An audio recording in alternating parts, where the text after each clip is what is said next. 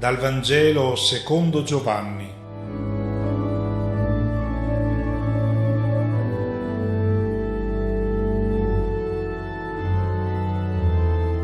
Una buona domenica a tutti.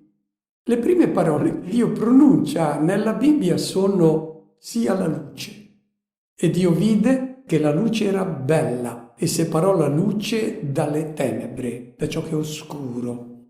Da lì in avanti, in tutta la Bibbia, la luce è sempre il simbolo di ciò che è positivo, di ciò che è bello, di ciò che è buono. Dio è avvolto di luce come di un manto, dice il Salmo 104.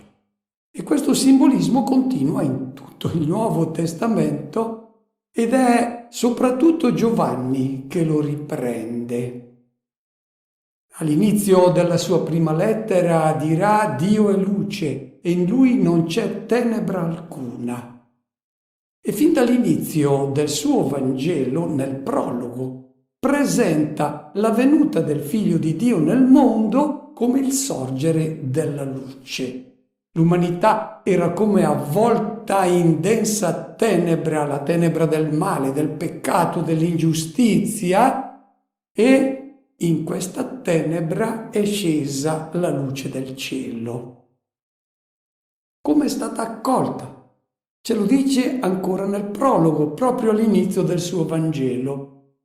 Come c'era da attendersi, le tenebre non si sono rassegnate a scomparire, hanno reagito e hanno mosso guerra alla luce. E Giovanni, in Asia Minore, a Efeso, dove lui ha vissuto gli ultimi anni della sua vita, ha sperimentato personalmente questa opposizione drammatica alla luce del Vangelo. In Asia Minore chi accoglieva il Vangelo, chi a Efeso si rifiutava di adorare la statua della bestia, cioè di adeguarsi ai criteri su cui si reggeva l'impero pagano, veniva discriminato, socialmente emarginato.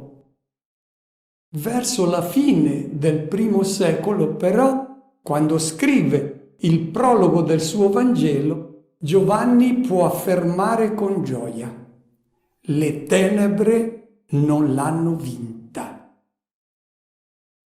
Ed è dopo questo inizio del suo Vangelo che lui introduce la figura del Battista. Sentiamo come. Venne un uomo mandato da Dio. Il suo nome era Giovanni. Egli venne come testimone per dare testimonianza alla luce, perché tutti credessero per mezzo di lui. Non era lui la luce, ma doveva dare testimonianza alla luce. Vediamo allora come Giovanni ci presenta la figura del Battista. Dice: era un uomo mandato da Dio. Aveva una grande missione da svolgere.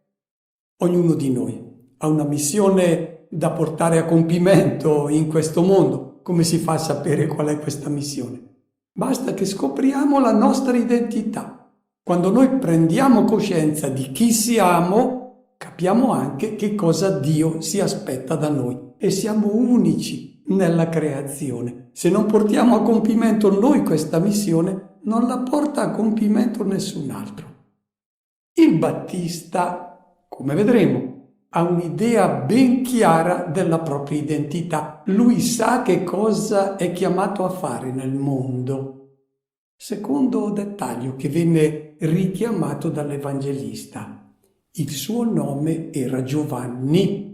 Yohanan in ebraico significa Dio è amore. Ecco l'identità del Battista, la missione che è chiamato a svolgere. Lui deve indicare la persona verso la quale ognuno deve volgere lo sguardo se vuole contemplare la luce del volto di Dio. E quando volgerà lo sguardo dove indica il Battista, cioè alla persona di Gesù, allora scoprirà che Dio è amore. Se invece rivolge il suo sguardo verso gli idoli che si sono creati gli uomini, non vedrà mai questa luce, non proverà la gioia di scoprire che Dio è amore e solo amore. Terza caratteristica. Il Battista che ci viene presentato dai sinottici è il precursore, colui che va avanti al Messia. In Giovanni non è precursore, è testimone. Lo abbiamo ascoltato. Egli venne come testimone per dare testimonianza alla luce. Non era lui la luce, ma doveva dare testimonianza alla luce. Notiamo l'insistenza su questa testimonianza del Battista. L'Evangelista ci dice: lui ha visto la luce e la indica adesso a tutti noi, testimonia che quella è la luce di Dio. Non era lui la luce, ci insiste l'Evangelista, perché alla fine del primo secolo erano ancora molti coloro che professavano la propria fede nel Battista, si ritenevano e si proclamavano suoi discepoli, addirittura in opposizione a Gesù. Ecco la ragione per cui l'Evangelista dice: non era Giovanni la luce, lui dava testimonianza, indicava la luce. E chi era questa luce noi lo sappiamo: Gesù, che, come ci riferirà l'Evangelista Giovanni più avanti, ha detto: io sono la luce del mondo, chi segue me non cammina nelle tenebre, ma avrà la luce della vita. Di che luce si tratta? È la luce del volto di Dio e la luce che brilla sull'uomo autentico, l'uomo riuscito, il vero figlio di Dio. Come ha fatto a vedere questa luce Giovanni? Ha visto Gesù, ma esteriormente il Battista ha visto esattamente quello che hanno visto tutti. Lui ha avuto uno sguardo che ha visto al di là di ciò che appariva esteriormente, di quello che era verificato da tutti, come oggi.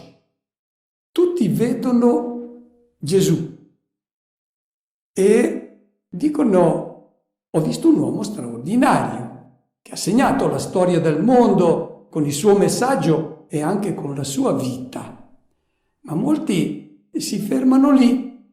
Vedono soltanto quello che è innegabile, che non ha bisogno di testimonianza, basta leggerlo sui libri di storia.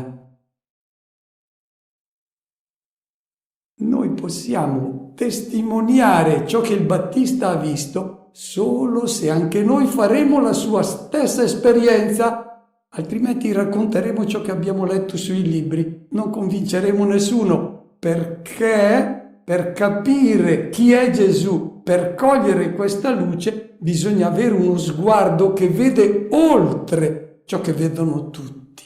E questo sguardo ce lo dà lo Spirito. Il Battista ha visto lo Spirito posarsi e rimanere su Gesù. Se noi non vediamo questa identità profonda di Gesù di Nazaret, noi non possiamo testimoniare la luce di Dio sul volto di Cristo, come ha fatto il Battista. E ora sentiamo qual è la testimonianza che il Battista ha dato. Questa è la testimonianza di Giovanni. Quando i giudei gli inviarono da Gerusalemme sacerdoti e leviti a interrogarlo: tu chi sei? Egli confessò e non negò. Confessò: io non sono il Cristo.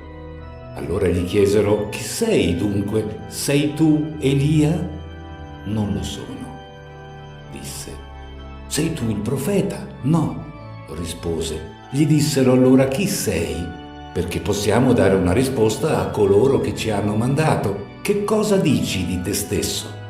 Rispose: io? Voce di uno che grida nel deserto: rendete diritta la via del Signore, come disse il profeta Isaia.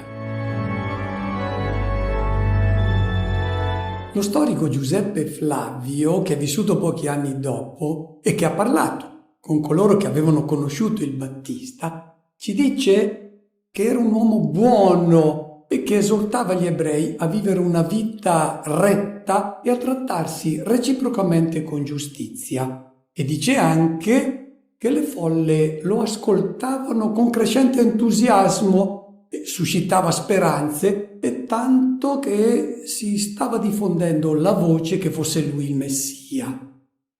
Questo crescente successo ha da subito preoccupato le autorità religiose di Gerusalemme. Come mai? Sempre per la stessa ragione, che la luce disturba chi preferisce la tenebra, chi fa il male odia la luce. E la gerarchia religiosa corrotta si è subito resa conto di essere in pericolo. Se arriva la luce, la nostra tenebra è finita. I sacerdoti del Tempio ricordavano molto bene ciò che aveva pronunciato il profeta Michea. Aveva minacciato un giorno: il Signore farà piazza pulita di questa istituzione religiosa indegna, corrotta, collusa col potere. Capitolo 3 dice: il Signore purificherà il Tempio come il fuoco del fonditore, come la liscivia dei lavandai. E questo è il motivo per cui l'autorità religiosa invia una commissione composta da sacerdoti e da leviti. Come mai ci sono anche i leviti? Erano i sacristi là nel Tempio, perché i leviti svolgevano anche la funzione di poliziotti nel Tempio. Se uno si comportava male lo potevano arrestare e punire. La presenza dei leviti in questa commissione indica che se avessero scoperto qualcosa di male nel Battista, lo avrebbero anche arrestato. Lo incontrano e gli chiedono: tu chi sei? Sentiamo come viene introdotta in modo solenne la sua risposta. L'Evangelista dice che confessò e non negò e confessò: io non sono il Cristo. Anzitutto dice ciò che non è, perché c'è confusione in giro. Qualcuno che pensa a un'altra identità diversa dalla sua e lui non vuole crearsi una falsa identità. Molte persone lo stimano, sarebbero anche disposte a credergli se lui affermasse di essere il Messia. Potrebbe sfruttare il prestigio che sta acquistando presso il popolo. Non lo fa. Non vuole una identità falsa, perché un'identità falsa lo porterebbe a svolgere una missione che non è la sua. Il Messia è un altro. Gli chiedono: sei Elia? Non lo sono, risponde. Come mai Elia? Elia era stato rapito in cielo e si pensava che non fosse morto, che sarebbe tornato prima dell'inizio del mondo nuovo. Il Battista dice: non sono neanche questo. Gli chiedono: sei il profeta? Risponde: no. Chi era questo profeta? Mosè, prima di morire, aveva detto al popolo: un giorno il Signore invierà un profeta simile a me. E nel popolo era nata questa attesa del profeta. Ecco il motivo per cui chiedono al Battista: sei tu questo profeta atteso? Lui dice no. Notiamo le risposte sempre più nette che lui dà. Prima dice: non sono io il Cristo. Poi non lo sono. E alla fine no, basta. La nostra identità va definita anzitutto da ciò che non siamo, perché l'orgoglio potrebbe portarci a crearci una nostra identità falsa. Sarebbe la nostra rovina. E noi non siamo nemmeno ciò che la gente pensa o che vorrebbe che fossimo. Gli chiedono: chi sei? Perché noi dobbiamo pur dare una risposta a chi ci ha mandato. Cosa dici di te stesso? È una domanda questa. che dobbiamo sentire rivolta a ognuno di noi. Che cosa dici di te stesso? Che consapevolezza hai del ruolo nel disegno di Dio? Che senso ha la tua vita? Che cosa ci stai a fare in questo mondo? Ecco l'importanza di prendere coscienza di chi siamo. Cosa dici di te stesso? Non cosa dicono gli altri di te. Tu. Risponde il Battista e adesso dichiara la propria identità ed è la propria missione. Io, voce. Non dice io sono. Io, voce di uno che grida nel deserto. Si presenta non come la parola, voce, la voce che è a servizio della parola. Sant'Agostino è colui che ha detto nel modo più chiaro qual è la distinzione fra la voce e la parola. La voce è il suono, quello che io sto emettendo in questo momento, e il suono, la voce, è a servizio della parola. Poi la voce, il suono, deve scomparire, perché se rimane il suono si crea solo confusione. Bisogna che il suono scompaia, in modo che rimanga la parola, a servizio della quale c'è stata la voce. Il Battista è voce, non parola, lui è a servizio della parola e svolta la sua missione è lieto di farsi da parte. Avesse voluto rimanere sulla scena, avrebbe creato equivoci. Sarebbe nato il culto della personalità, quello che rovina tante persone che seguono ciò che si dice di loro, gli applausi degli adulatori o il proprio orgoglio.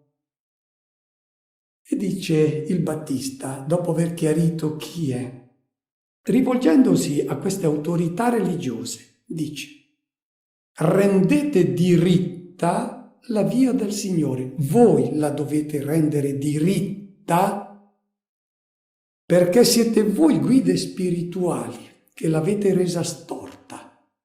E chi segue la vostra via, che voi avete complicato, non giunge a vedere la luce del Signore. Rendete diritta la via del Signore. Con le vostre disposizioni, le vostre leggi, le vostre tradizioni, avete complicato la strada che conduce a Dio e il popolo non giunge al Signore per colpa vostra.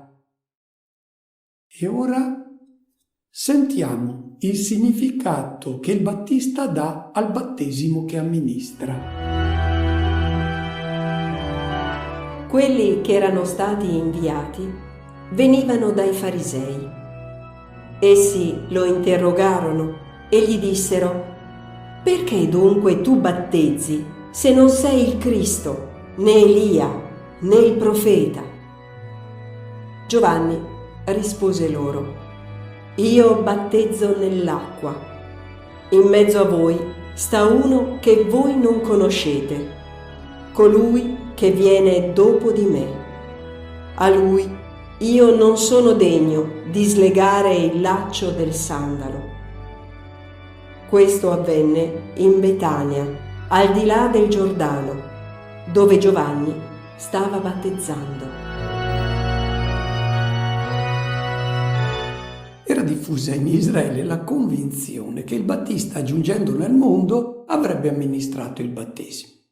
Ecco la ragione per cui la commissione di sacerdoti e leviti inviata da Gerusalemme chiede al Battista: se tu non sei il Messia, né Elia né il profeta, come mai battezzi? Che senso ha il tuo battesimo? Giovanni chiarisce: mio battesimo è completamente diverso da quello del Messia. Io battezzo nell'acqua. Il battesimo ha questo significato: prendere coscienza che c'è bisogno di cambiare vita, prendere coscienza che si vive ancora nella tenebra e che si ha bisogno di una luce. Vedete, voi siete stati inviati dai farisei. I farisei, guardatevi attorno, non vengono a farsi battezzare da me, perché loro sono convinti di possedere già la luce piena. Non vogliono prendere coscienza di essere ancora nella tenebra. Vedete, io ho fatto uscire dalla Giudea il popolo e lo battezzo qui a Betabara, li ho portati ancora nella terra pagana, proprio per far prendere loro coscienza che hanno bisogno di ripercorrere il cammino dell'Esodo per giungere alla vera terra promessa. E chi li introduce in questa terra promessa autentica sarà quella luce che io indicherò. E poi il Battista chiarisce qual è la sua posizione nei confronti di colui che deve venire, della luce che lui indicherà. E lo fa con un'immagine che i suoi ascoltatori conoscono molto bene, perché se ne intendono della legge e degli aspetti giuridici della vita. Dice il Battista: io non sono degno di chinarmi per sciogliere il legaccio dei sandali a colui che deve venire. Questa espressione è così importante che nel Nuovo Testamento ricorre ben 5 volte. È stata interpretata come un attestato di umiltà da parte del Battista. No, molto di più. Allude a una pratica ben nota nella Bibbia e ben conosciuta da coloro che sono venuti a intervistare il Battista, perché se ne intendono di aspetti giuridici della vita. È la chalitza, lo scalzamento, che è ben noto nella Bibbia. In che cosa consisteva? Bisogna rifarsi al famoso levirato, che consisteva in questo. Quando moriva un uomo senza figli, il fratello doveva prendersi la vedova. Ma poteva anche darsi che la vedova non gli piaceva, oppure che non volesse poi dividere la propria eredità anche col figlio nato dalla vedova, perché questo figlio non era suo, era del fratello, portava il nome del fratello. Quando uno si rifiutava di compiere il suo dovere, questo compito passava un altro e c'era tutta la legislazione che stabiliva chi gli doveva succedere, chi doveva prendere il suo posto. E quando uno prendeva il posto dell'altro, si presentava davanti alla porta della città, davanti ai testimoni, costui gli toglieva il sandalo, gli sputava in faccia e per dire: tu ti sei rifiutato di compiere il tuo dovere, adesso prendo io il tuo posto. E costui era chiamato lo scalzato, era stato tolto il sandalo, vuol dire che adesso il diritto di essere sposo di quella donna passava a un altro. Che cosa intende dire il Battista? Loro l'hanno capito molto bene. Intende dire: io non ho alcun diritto di togliere il sandalo. Israele, la sposa del Signore, era infeconda perché si era allontanata dal suo sposo, il Signore. Dal profeta Osea in avanti, tutti i profeti hanno impiegato questa stupenda immagine del Signore che è lo sposo, Israele è la sposa. Ma se la sposa si è allontanata dal suo sposo, diventa infeconda. Il Battista dice: adesso giunge lo sposo, io sono l'amico dello sposo e gioisco perché adesso sento la sua voce. Io non ho il diritto di togliergli il sandalo, è lui lo sposo, io sono colui che fa di tutto perché queste nozze siano feconde. È un messaggio stupendo per noi, quello che ci viene dato in questa domenica. Anzitutto, prendiamo coscienza che anche noi siamo ancora avvolti nella tenebra Forse abbiamo intuito qualcosa, sì, dalla luce di Cristo, ma forse sta in mezzo a noi e non lo conosciamo ancora. Dobbiamo cogliere il messaggio che ci dà il Battista. Prendi coscienza della tua condizione e se non hai la luce di Cristo, tu non arrivi nella terra della libertà. Auguro a tutti una buona domenica e una buona preparazione all'avvento del Signore.